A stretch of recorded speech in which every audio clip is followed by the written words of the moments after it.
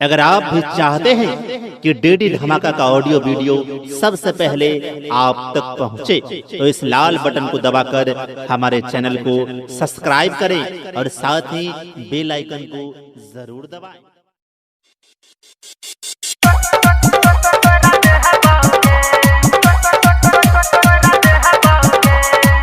अभी सुन रहे हैं वगैरह से डीडी धमाका को। कंपनी की प्रस्तुति। हमरा जे कहबे मूड़ी मचरुआ बाप सब भेंट करे बउगे। हमरा जे कहबे मूड़ी मचरुआ बाप सब भेंट करे बउगे। अकरुआ हटेला ढोरी में लगा कर पलंग तोहर तोड़ दे बउगे। अकरुआ हटेला ढोरी में लगा कर पलंग तोहर तोड़ दे बउगे। हमरा जे कहबे मूड़ी मछरुआ बापू से भेंट करे बउगे।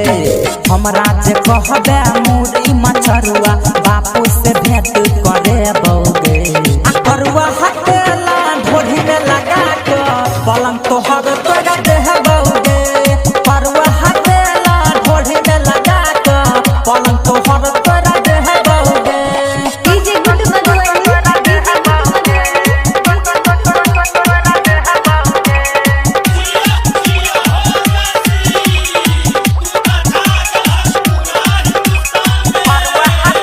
इलाका किसी का हो धमाका दिवाकर दीवाना भाई का ही होगा। भतरा वाला हमाजा हम देबौ फूला के दोनों फूलवा गे।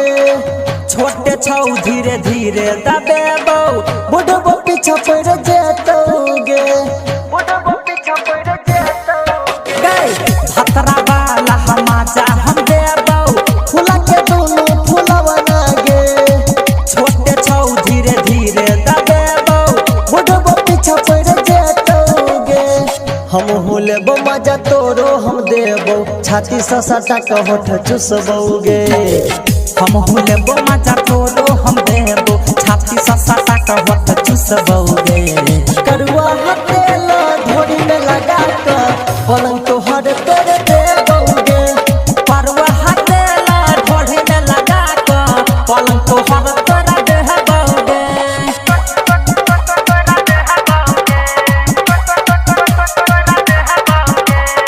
अभी आप यूपी बिहार में छा गया है डीडी धमाका। कंपनी की प्रस्तुति। रेकर सुधीर वास कोले विचार पीटी के बना ले यार गे। छोरा सतेंद्रा से कोले तू प्यार बन जतो भतार गे। बन जतो भतार हो गे। रेकर सुधीर वास कोले विचार पीटी के बना ले यार गे। छोरा सतेंद्रा से कोले तू प्यार बन जतो भतार गे। हमरा जे कहबे मूड़ी मछरुआ बापू से भेंट करे बउगे। हमरा जे कहबे मूड़ी मछरुआ बापू से भेंट करे बउगे। अकरुआ हटेला ढोरी में लगा के पलंग तोहर तोड़ दे बउगे। आप सुन रहे हैं दिवाकर दीवाना भाई को ग्राम बगीचा जिला